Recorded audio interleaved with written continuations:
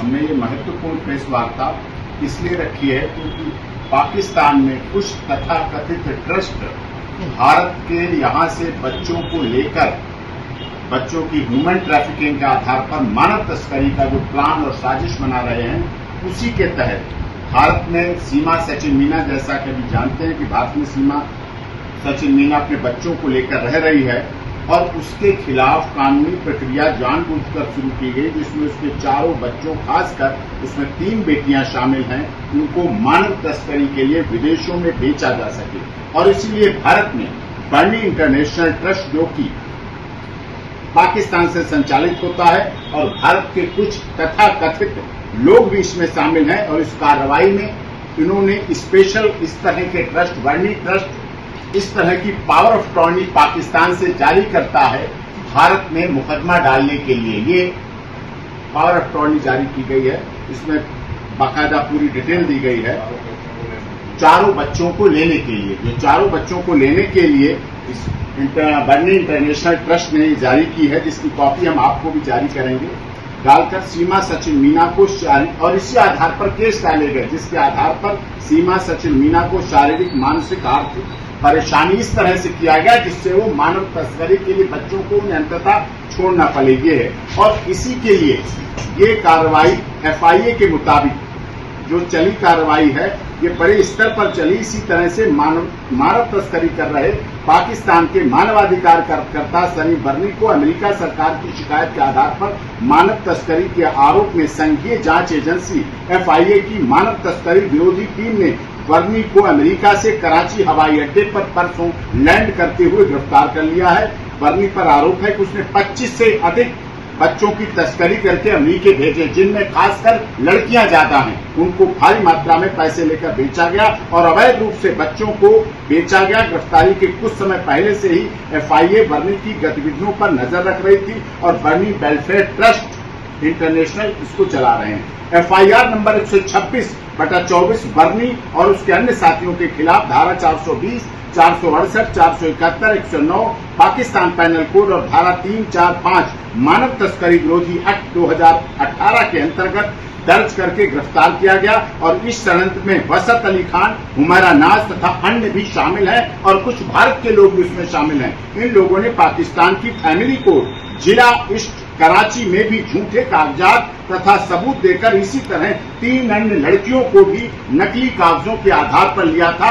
जिस तरह से भारत में ये लोग कार्रवाई कर रहे हैं अदालतों के माध्यम से, गुमराह करके अदालतों को। FIA के मुताबिक US कंसुलेट जनरल ने लगभग 1.5 साल से इस पर जांच शुरू की थी, जिसमें 18 बच्चों को अवैध रूप से गोद लेकर बेचा गया, जबकि FIA ने उन बच्चों को तलाश भी कर लिया है। इसी संस्था ने जानबूझकर सोची समझी साजिश के तहत गुलाम हैदर से संपर्क करके उसके बच्चों की सभी कानूनी कार्रवाई पूरी करने की भारी मात्रा में भारत के कुछ तथाकथित लोगों को इस षड्यंत्र में शामिल किया गया और इसके लिए भारी मात्रा में, जैसा कि मैंने पहले भी कहा है, भारत में फंडिंग की गई ऐसे लोगों की। और इसी तरह से पाकिस्तान में उस समय बंद एक और घटना बता रहा हूं, इसी इंटरनेशनल ट्रस्ट, बर्नी इंटरनेशनल ट्रस्ट ने किस तरह से भारत के लोगों के साथ अनजस्टिस, अन्याय और ब्लैकमेलिंग का रवैया अपनाया। इसी तरह से पाकिस्तान में उस समय बंद सरबजीत को छुड़ाने के लिए उसकी बहन ने इसी बर्नी ट्रस्ट से 25 करोड़ और 2 करोड़ की मांग अवैध रूप से की थी। इस बात का खुलासा सरबजीत की बहन ने पाकिस्तान से भारत वापस आने के बाद मीडिया के सामने सार्वजनिक तौर पर किया था। और आज अगर उसने कहा था, मैं आपको अभी वीडियो दिखाऊंगा उनकी कही हुई, जो आप लोगों के सभी के सामने भी है, कि आज अगर हमारे पास 25 करोड़ रुपए होते तो सरबजीत को बर्नी है नटशेल में क्लियर हो चुका है, क्लियर केस हो चुका है। अब पाकिस्तान सीमा सचिन मीना और मुझे भी, क्योंकि इस प्रोसीडिंग में वकील के नाते हूं, लगातार धमकियां होंगी और जान माल का खतरा भी पैदा होगा और ऐसी गतिविधियां भी कर सकते हैं। क्योंकि जब ये जम्मू में अभी शपथ लेते समय बस को उड़ा सकते हैं, कठुआ में कर सकते हैं, जब प्रधानमंत्री मोदी जी तीसरी बार शपथ ले रहे हो तो ऐसा हो सकता है। तो ऐसी भी घटनाओं की आशंका अब मैं व्यक्त कर रहा हूँ। लगातार इतने दिनों से जो धमकियां चल रही थी, धमकियां थी फोन पर, फोन के द्वारा, अननोन नंबर के द्वारा, सब तन से जुदा कर देंगे, कत्ल कर देंगे, परिवार को खत्म कर देंगे, जिंदा नहीं छोड़ेंगे, इस तरह की लगातार धमकियां चले। लेकिन अब इसके बाद वो एक्सपोज हो चुके हैं। found from outside the gate of Mrs. Sarin Barni Trust, and it tried level best to find their parents, but no person came forward. FIA official who spoke on condition of anonymity said that US Consulate General had stated in its complaint that during the last 1.5 year, 1.5 साल से संरचनाएं चला रहे थे वहां और जगह around 18 children had been adopted in the US, but the adoption process was illegal, total illegal, गैर कानूनी तरीके से के elaborating, the official said that these children were not declared as लावारिश, अबॉर्डेंट नहीं थे, लेकिन उन्हें लावारिश बना दिया गया, उन्हें अबॉर्डेंट बना दिया जाता है। जैसे यहाँ से सीमा से बच्चे लिए जाएंगे और उनको वहां दिखा के लावारिश दिखा के बाहर दूसरे देशों में बेचे जाएंगे। As per laws concerned, only children abandoned by their families can be adopted. However, the FIA had traced 3 children and the FIA had been registered about their adoption, the official added. Sir, जो आपने बताया अभी भारत के वो कौन से लोग हैं जो इनके साथ मिले हुए बर्नी ट्रस्ट को? इतने तो पता चल गए मुझे डॉक्यूमेंट मिला है और हम डॉक्यूमेंट निकलवा रहे हैं और लोगों को ट्रेस कर रहे हैं। अब हम भारत सरकार से NIA से भी जांच करेंगे, उनके पास तंत्र अच्छा है, मजबूत स्थिति है, वो इस बात को जांच करें और ऐसे लोगों को गिरफ्तार करें। सीमा के बच्चों को टारगेट किया जा रहा है, भारत के कुछ और भी बच्चे हैं। सीमा का तो पता चलेगा क्योंकि मैं सीमा का एडवोकेट हूँ, सचिन यहाँ बैठा है इसलिए पता चल गया।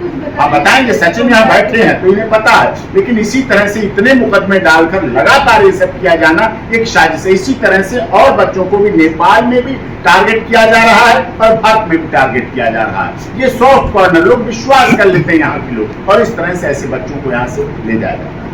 सर, आपका कहना है कि बर्नी ट्रस्ट ने ही मोमिन मलिक को गुलाम हैदर से बुलवाया? ये अटॉर्नी है, ये अटॉर्नी इसमें लिखा है, ये भी लिखा है, ये भी लिखा है, मोमिन मलिक भी लिखा है, गुलाम हैदर ये यहाँ की कोर्ट में लगी है, वहाँ से हमें मिली है, वहाँ से हमने निकलवाई।